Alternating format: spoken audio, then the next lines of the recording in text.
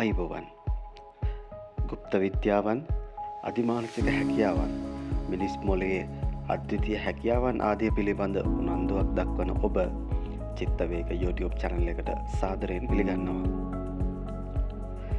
මේ විද්‍යාවල් පිළිබඳ හොයාගෙන යනකොට ඔබටත් වැටහෙවි ඇත්තටම මිනිස් මොළයේ හැකියාවල් සහ විභවතා වලින් ඉතාමත් කුඩා ප්‍රමාණයක් පමණක් භාවිතා කරන බව. ඒක හරියට කලින් වීඩියෝ එකකදී සඳහන් කළා වගේම ස්මාර්ට් දුරකථනයක් හැමතුම් ලබා ගැනීම සඳහා පමණක් භාවිතා කිරීම වැනි දෙයක්. අතීතය, වර්තමානය, අනාගතය යන තුන් කාලය පිළිබඳව දැනීමක් අපට තියෙනවා. අතීතය තුළින් වර්තමානය දැක ඒ තුළින් අනාගතය පිළිබඳ යම් දැනීමක් ඇති කර ගැනීමේ හැකියාව අපි හැමෝටම තියෙනවා. නමුත් එය විශේෂ කොට සැල යුතු දෙයක් නෙමෙයි. උදාහරණයක් විදිහට පසුගිය සෑම දිනකම උදෑසන ඉර පායලා රාත්‍රියේදී බැස යන බව දැකලා හෙට දිනේත් එයම සිදුවන බව දැනීම දක්වන්න පුළුවන්. එය විශේෂ හැකියාවක් නොවන නමුත් තුන් කාලය පිළිබඳව ඇති දැනීම පිළිඹවන අවස්ථාවක්. නමුත් නින්දේදී දකින සිහින මගින් අතීතය, අනාගතය පිළිබඳ යම් යම් ඉඟි ලැබීම ඉන් එහාට ගිය දෙයක්. එය සාමාන්‍ය ස්වභාවය අභිබවා ගිය දෙයක්. ජීවිතය සිහිනයක් වගේ කියලා ප්‍රසිද්ධ කීමනක් ඔබ අහලා ඇති. මිනිස් ජීවිතයේ ඇති මායාකාරී අනිත්‍ය ස්වභාවය නිසාම බොහෝ දුරට දාර්ශනිකයන් විසින් ජීවිතය සිහිනයකට සමාන කරනවා. වසර 2000කට පමණ පෙර ඉන්දියාවේ විසූ නාගාර්ජුන මුනිවරයාගේ දර්ශනයන් තුළ ජීවිතය සිහිනයක් වගේම නිස්සාර බව ප්‍රධාන කොට සලකනවා. ඇත්තටම රාත්‍රී නින්දේදී අපි දකින සිහිනවල වැදගත්කමක් තියෙනවද? ඒවා හුදෙක්ම අර්ථ විරහිත මායාකාරී දර්ශනයන් පමණක්මද? නැතිනම් සිහිනවලින් යම් යම් වැදගත් පණිවුඩ ලබා ගැනීමේ හැකියාව තියෙනවද? මේ ආදී ප්‍රශ්නවලට පිළිතුරු දැන ගැනීමට නම් ස්වප්න විද්‍යාව තුළට එබී බැලීමට සිද්ධ වෙනවා. අභිධර්මය අනුව ගත්තාම සත්වයා නිදන අවස්ථාව කියලා කියන්නේ ඔහුගේ චිත්තසංතානයේ භවාංග සිත් විතරක් පහළවන අවස්ථාවක්. සත්වයෙක් අලුත් භවයක ප්‍රතිසන්දිය ලබන මොහොතේ හෘදයේ වස්තු රූපය ආශ්‍රය කරගෙන පහළ වෙන පළමු සිත භවාංග සිතක්. ඒ මොහොතේ පටන් බාහිර අරමුණු මත සිත ඇතිවන අවස්ථා හැර අනෙක් අවස්ථාවල පහළ වෙන්නේ භවාංග සිත්. භවාංග සිත නිර්මලයි, පැහැදිලි උපයක් බඳුයි. ඉතින් නින්දේදී සිහින පෙනීම සිදුවන්නේ යම් යම් අරමුණු භවාංගයේ ගැටි ඒ ඔස්සේ විවිධ චිත්ත වීති ඇතිවීමෙන්. යම් අරමුණක් පංචේන්ද්‍රයන්හි ගැටුණාම එය භවාංගයේත් ගැටෙනවා. ඉන්පසු භවාංගයේ යම් සෙලවීමක් වැනි දෙයක් නිසා චිත්ත පරම්පරාව ඒ අරමුණ දෙසට යොමු වෙලා ඒ පිළිබඳ අරමුණු කරන සිත් වැලක් පහළ වෙනවා. එවැනි සිත් වැලක් චිත්ත වීතියක් ලෙස හඳුන්වනවා. බාහිරින් එන අරමුණු මතත් මොළයේ ආශ්‍රිත මතකයන් ආදී අරමුණු මතත් මෙවැනි චිත්ත වීති ඇති වෙන්න පුළුවන්. ඉතින් සත්වයින් සිහින දැකීමේදී සිදුවන්නේත් මොළයේ ආශ්‍රිතව පැමිණෙන උද්දීපනයන් භවාංගෙහි ගැටි ඒ ආශ්‍රිත චිත්ත වීති පහළ වීමෙන්. මිනිසාගේ මොළය කියන්නේ ඉතාමත් අද්විතීය හැකියාවන් වලින් යුක්ත අපූර්ව දෙයක්. ඔබ සිතන්න බයිසිකලයක් පදින්න බැරි කෙනෙක් සහ පුළුවන් කෙනෙක් අතර වෙනසක් තියෙනවා. පුළුවන් කෙනාගේ ඒ ක්‍රියාව සිදු කිරීමට අවශ්‍ය මොළයේ කොටස් සක්‍රිය වෙලා තියෙන නමුත් නොහැකි පුද්ගලයාගේ මොළයේ කොටස් පැවතියත් ඒවා අක්‍රියව තමයි පවතින්නේ. නමුත් ඔහුට එම කොටස් වලට බාහිර ඉන්ද්‍රියන් හරහා උත්තේජ ලබා දීමෙන් එය සක්‍රිය කරගත හැකියි. ඒ කියන්නේ බයිසිකල් පැදීමට පුරුදු වීමෙන් එම කොටස සක්‍රිය කරගන්න පුළුවන්. ඒ වගේ අපේ මොළයේ හැකියාවලින් 99%ක්ම දැනටමත් අක්‍රියව තමයි පවතින්නේ. ඉතින් මේ මිනිස් මොළය තුළ අනාගතය, අතීතය දැකීම, දුර ඇති දේ දැකීම, දුර ඇති දේ ඇසීම, පරසිත දැකීම, අමනුෂ්‍යයන් සහ sannivedanaya කිරීම ආදී අපූර්ව හැකියා මෙන්ම සතර මහා ධාතුන් පාලනය කිරීමේ හැකියාව, ඒ කියන්නේ පදාර්ථය පාලනය කිරීමේ හැකියාව ආදී අද්විතීය හැකියාවල් රාශියක් අක්‍රීයව පවතිනවා. කෙසේ නමුත් ඉහතදී කිව්වා වගේ නින්දේදී මොළයේ විවිධ කලාප වලින් පැමිණෙන අරමුණු හා සම්බන්ධ මනෝද්වාරික චිත්ත වීතිය ඇති වී සිහින ලෙස පෙනෙන්නට පුළුවන්. මේ සිහින පිළිබඳ පර්යේෂණය කරන අධිමානසික විද්‍යාඥයන්ට අනුව රාත්‍රියේදී දකින සිහින කාල පරාසයන් 3ක් වෙන් කර දක්වන්නට පුළුවන්. ඒ අතරින් පළවෙනි කොටස නින්දට පිවිස මුල් පැය 2ක පමණ කාලය. මේ කාල සීමාව තුළ එදිනෙදා සිදුවන කටයුතු වල මතක සටහන් දිගහැරීම වැඩිපුරම සිද්ධ වෙනවා. ඔබට අද දවසේ සම්පූර්ණ කිරීමට අතපසු වූ කටයුතු සාර්ථකව නිම කරන ආකාරය එම කාලවකවානු තුළදී සිහිනට පෙනෙන්න පුළුවන්. රාත්‍රියේ නිින්දේ මුල් කොටසේ දකින සිහින තුළ අනාගතයට වැදගත් දේ අඩංගු වන්නේ ඉතාමත් මද වශයෙන්. රාත්‍රියේ දකින මුල්ම සිහින තුළින් ඔබගේ දිගු කාලීන මතක ගබඩාව තුළට මතක සටහන් ඇතුළත් කිරීම බොහෝ විට සිද්ධ වෙනවා. ඒ වගේම මේ කාලය තුළදී මොළයේ කෙටි කාලීන මතකයන් වලට අදාළ ප්‍රදේශ වලින් ලැබෙන අරමුණු මත චිත්ත වීතිය ඇතිවීමෙන් සිහින ලෙස පෙනෙන්නට පුළුවන්. ඊළඟට අපි කතා කරමු නිින්දේ මැද කොටසේදී දකින සිහින ගැන. අප රාත්‍රී කාලයේදී නිදිහනට පිවිසුනහම කිසි දිනක ඒකාකාර නිින්දක් ලැබෙන්නේ නැහැ. සෑම අයෙක්ම අවදියෙන් සිටින අවස්ථාව අඩ නිින්ද, තද නිින්ද යන අවස්ථා අතර කිහිප වරක් මාරු වෙනවා. මෙලෙස අඩ නිින්දේ ගත වන කාල සීමා කිහිපයක්ම මධ්‍යම රාත්‍රිය තුලදී අලුයමට පෙර ඇති වෙන්නට පුළුවන්. මේ කාල සීමාව ආශාවේ කාලය ලෙස නම් කරන්නටත් පුළුවන්. අපගේ යටිසිතේ තැන්පත්ව තිබූ තෘප්තිමත් නො වූ ආශාවන් මේ කාලය තුල සිහිනයන් ලෙසින් එළි දැකීමට පුළුවන්. අවිවාහකයෝ විවාහ වී කම්සප විඳින ආකාරය නිතර නිතර සිහිනෙන් දකින්නට පුළුවන්. දරුවන් නැති විවාහක පිරිස් සිහිනෙන් දරු සුරතල් බලන්නට පුළුවන්. සමහරු තම මියගිය ඥාති පිරිස් සිහිනෙන් දකිනවා. මැදියම් රැයේ පෙනෙන මේ වගේ සිහින වලින් වැඩි ප්‍රමාණයක්ම අනාගතය හා සම්බන්ධ ඒවා නෙවෙයි. ඒවා මානසික සමබරතාවය ඇති කර ගැනීම සඳහා මනස විසින්ම නිර්මාණය කරනු ලබන චිත්‍රපටි වැනි දේවල්. හරි. ඊළඟට අපි කතා කරමු නින්දේ 3 වෙනි අදියර ගැන. ඒ කියන්නේ අලුයම් කාලයේදී දකින සිහින. අලුයම් කාලය වන විට පෙර දිනයේ මතක සටහන්, සිත තුළ ඇති අතෘප්තිකර හැඟීම් ආදී සිහින තුළට එක් වී අවසන්. මේ කාල සීමාව තුළ පෙනෙන සිහින අනාගතයේ සම්බන්ධයෙන් වැඩි වැදගත්කමක් දරනවා. ඔබ මුහුණ පාන අනාගත සිදුවීම් ඍජුවම හෝ සංකේතාත්මකව අලුයම් කාලයේදී සිහින ලෙස පෙනීමට වැඩි ඉඩක් තියෙනවා.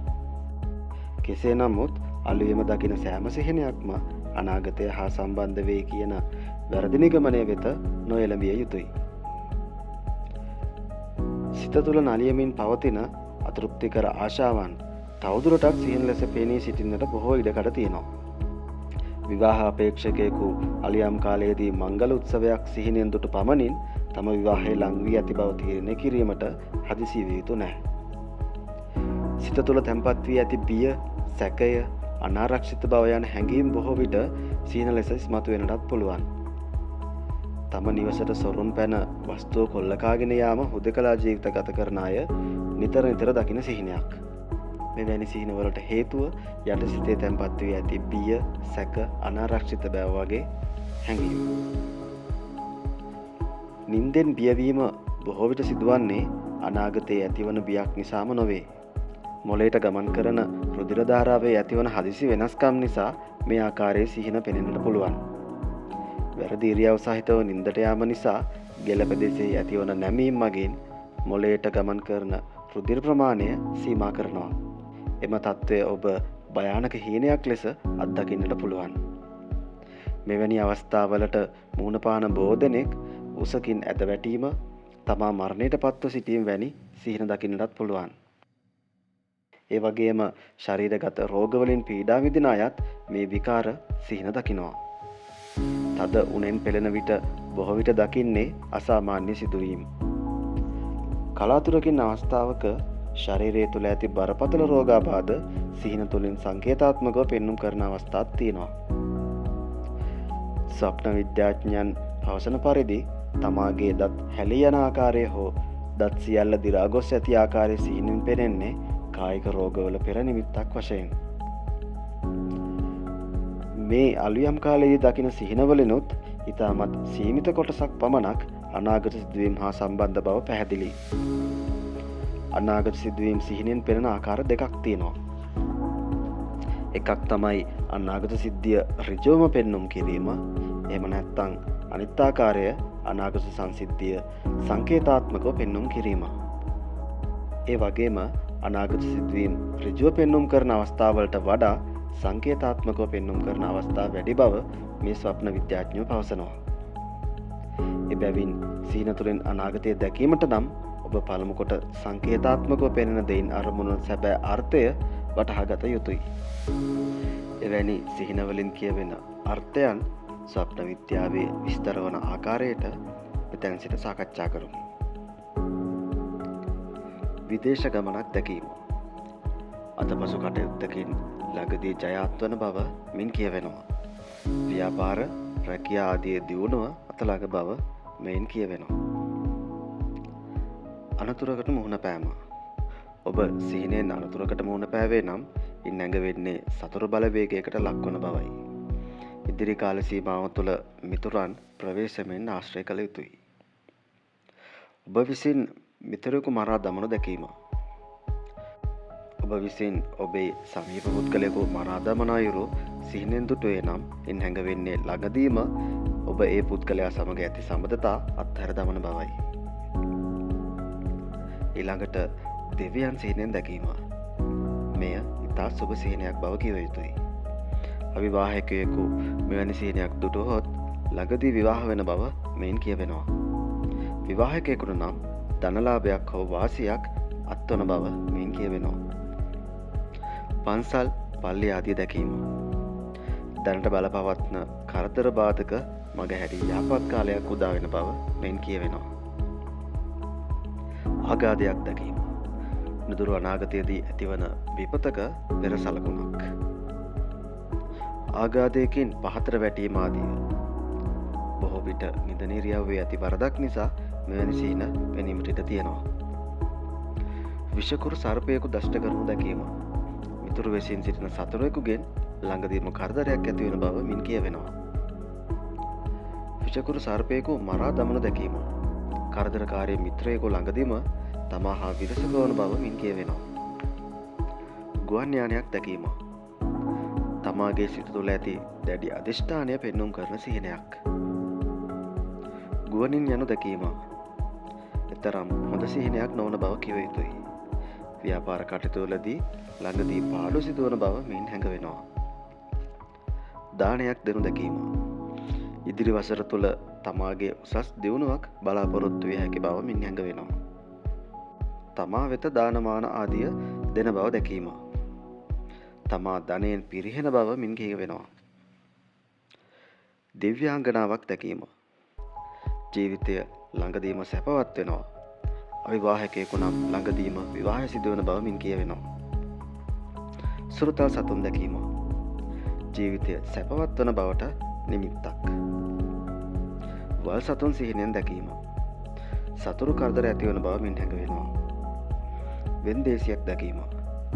මෙය අනතුරු ඇඟවීමේ සිහිනයක් බව මතක තබා ගත යුතුයි.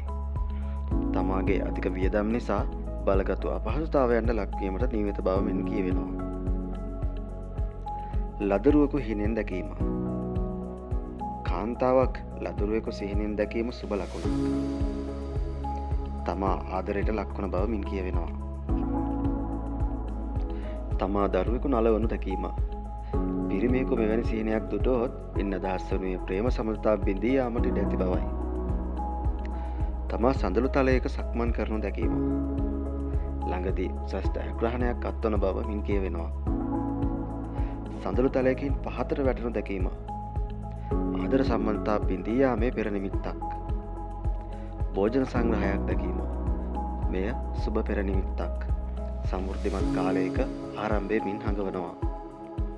උණු වතුර ස්නානය කරනු දැකීම. තමන්ගේ අලසකම නිසා පරිහානිය ඇතිවන බව මින් හැඟවෙනවා. සිසිල් වතුර ස්නානය කරනු දැකීම ව්‍යාපාර දියුණුව හඟවනවා.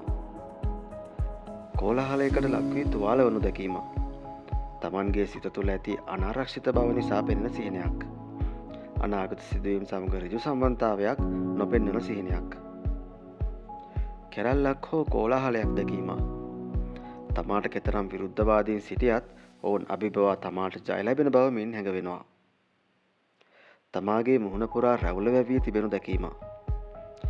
කාන්තාවක් මෙවැනි සිහිනයක් දුටුවහොත් නොදුරු අනාගතයේදී තමාට කිසිසේත් නොලැබෙන මිනිසෙකු තමා හා අයුතු සම්බන්ධතාවයකට පැටලීමට උත්සාහ කරන බව මින් හැඟවෙනවා. මුහුණ පුරා රැවුල වවාගත් මිනිසෙකු දැකීම තම හිතවතෙකුගෙන් වැදගත් උපදේශයක් ලැබෙන බව මින් හැඟවෙනවා. සිඟන්නෙක් දැකීම සිහිනෙන් සිඟන්නෙකු දැකීම විවිධාකාර ප්‍රතිඵල පෙන්නුම් කරන පෙරනිමිත්තක්. සිඟන්නා සිඟමන් යතිද්දී තමා ඔහුට බැනවා එලවා ගන්නේ නම් ඉදිරි කාලයේදී තමාට පරිහානියක් අත්වන බවින් හැඟවෙනවා. තමා සිඟන්නාට යමක් පරිත්‍යාග කරු සිහිනෙන් දුටුවේ නම් අනාගතයේදී ධනලාභ ලැබෙන බවට පෙරනිමිත්තක්. පක්ෂීන් දැකීම සිහිනෙන් පක්ෂීන් දැකීමෙන් තමා මෙතෙක් කරගෙන කටයුතු වලින් ලැබෙන ප්‍රතිඵල උඩයට කරව බන බව හැඟවෙනවා. සාර්ථක ව්‍යාපාරිකයෙකු එවැනි සිහිනයක් දුටුවහොත් ඉන්න අදහස් වෙනුයේ ව්‍යාපාරික කටයුතු පිරිහෙන බව. සෝත්සාහයෙන් ජීවත් වන දිළිඳු පුද්ගලයෙක් මෙවැනි සිහිනයක් දුටුවොත් තමා නොබෝ කලකින් ධනවත් වන බව මින් හැඟවෙනවා. තමාගේ දෙනෙත් අන්ධ වැති බව දැකීම තමාගේ වැරදි තීරණයක් නිසා විපතක් සිදුවීමට යන බව මින් හැඟවෙනවා. දෙනෙත් අන්ධ අයෙකුට පාර පෙන්වනු දැකීම තමා හිතවතෙකුගේ රැවටීමට ලක්වන බව මින් හැඟවෙනවා. තමා රෙදි පොරවාගෙන නිදාගෙන සිටිනු දැකීම ළඟදී අසනීප වන බවට ලකුණක්. රුධිරය දැකීම සිතෙහි ඇති බිය පෙන්නුම් කරන සිහිනයක්. ජලයේ යාත්‍රා කරනු දැකීම බෝට්ටුවක හෝ ඔරුවක නැගී ජලයේ යාත්‍රා කරනු දැක්කේ නම් තම රැකියාවේ හෝ පදිංචි ස්ථානයේ වෙනසක් ඇතිවන බව මින් කියවෙනවා. දියඹ මැද කුණාටුවකට හසු වනු දැකීම ඔබ යාත්‍රාවක නැග සිටින බවත් එය දියඹ මැද කුණාටුවකට හසු ඇති බවත් දැකීම නපුරු සිහිනයක්. බලාපොරොත්තු කඩවීමක් නොබෝ දිනකින් සිදුවන බව මින් හැඟවෙනවා. පාලමක් තරණය කරනු දැකීම ඔබ කිසියම් කරුණකට පමණට වඩා බිය වී ඇති බව මින් හැඟවෙනවා. පාලමක් කඩා වැටෙනු දැකීම ඔබ පාලමක් තරණය කරද්දී පාලම කඩා වැටෙනු දැකීම සුබ සිහිනයක් නොවේ. මෙතෙක් කරගෙන රැකියා ව්‍යාපාර ඉගෙනීම් වැනි කටයුතුවලදී නොසිතූ බාධාවන් එල්ල වෙන බව මෙයින් කියවෙනවා. ගෙය පිස දමනු දැකීම ඔබ කොස්සක් ගෙන ගෙය අමදිනු දැකීම රැකියාවේ හෝ ආදායම් මාර්ගවල අලුත් වෙනසක් ඇතිවන බව පෙන්වනවා. ගවයෙකු එලවාගෙන එනු දැකීම තමා පසුපස දියුණුවන් ඇති ගොනෙකු එලවාගෙන එනු දුටුවහොත් ඉන් ඇඟවෙන්නේ සතුරන් විසින් තමාට එරෙහිව අපවාද බොරු චෝදනා පතුරවන බව. භූමදාන උත්සවයක් දැකීම මල්න සිරුරක් පොළොවෙහි වලලු සිහිනෙන් දැකීම සුබ නිමිත්තකි. ඔබ විවාහ අපේක්ෂිතයෙකු නම් ළඟදී විවාහයක් සිදුවන බවට පෙර ලකුණක්. අන් අය මෙවැනි සිහිනයක් දුටුවහොත් තම ඥාතියෙකු සම්බන්ධ වැදගත් යමක් අසන්නට ලැබෙනවා. තමා ගින්නෙන් පිලිස්සෙනු දැකීම තමා ගින්නෙන් පිලිස්සී තුවාල වන බව දැකීම නපුරු සිහිනයක් නොවේ. ධනලාභ ලැබීමට නියමිත බව හඟවන නිසිහිනයක්. වෙනත් අයෙකු ගින්නෙන් පිලිස්සෙනු දැකීම තමා හැර වෙනත් අයෙකු ගින්නට පිලිස්සී තුවාල වනු සිහිනෙන් දැකීම නරක සිහිනයක් නොවේ. අලුත් මිතුරෙකු ආශ්‍රයට ලැබෙන බව ඒ සිහිනෙන් කියවෙනවා. යමක් මිලදී ගනු දැකීම තමා යම්කිසි දෙයක් මිලදී ගනු සිහිනෙන් දැකීම තරමක් අසුබ සිහිනයක්. තමා සතු මිල මුදල් නිකරුණේ නැති නාස්ති වී යන බව ඉන් හැඟවෙනවා. කාඩ් සෙල්ලම් කරනු දැකීම කාඩ් සෙල්ලම් කරනු සිහිනෙන් දැකීම විවිධාකාර අරුත් දන්වනවා. තමා කාඩ් සෙල්ලම් කොට ජයග්‍රහණය ලැබනු දැකීම සුබ සිහිනයක්. මංගල යෝග උදාවන බව මින් කියවෙනවා. අන් අයට වාසනාවන්ත කාලයක් උදාවන බව මින් කියවෙනවා. ඒවගේම කාඩ් සෙල්ලම් කරමින් පරාජය වනු දැකීමෙන් අදහස් වනුයේ ළඟදී අවදානම් කටයුත්තක යෙදීමට සිදුවන බව. කාඩ් සෙල්ලමට සහභාගී නොවී තමා එය නරඹනු දුටුවේ නම් වංචනයෙකුගේ ගැටයකට ඔබ හසුවන බවට පෙර නිමිත්තක්. ඉතින් ඔය ආකාරයට සංකේතාත්මක සීන රාශියක තේරුම් ඇති නමුත් මේ වීඩියෝ එක දීර්ඝ වන නිසා ඉතිරි විස්තර ඊළඟ වීඩියෝ තුලින් ඉදිරිපත් කිරීමට බලාපොරොත්තු වෙනවා. එහෙනම් මේ වගේ සංකේතාත්මක සීන රාශියක තේරුම් එක්ක ඊළඟ වීඩියෝ එකෙන් හමු වෙමු.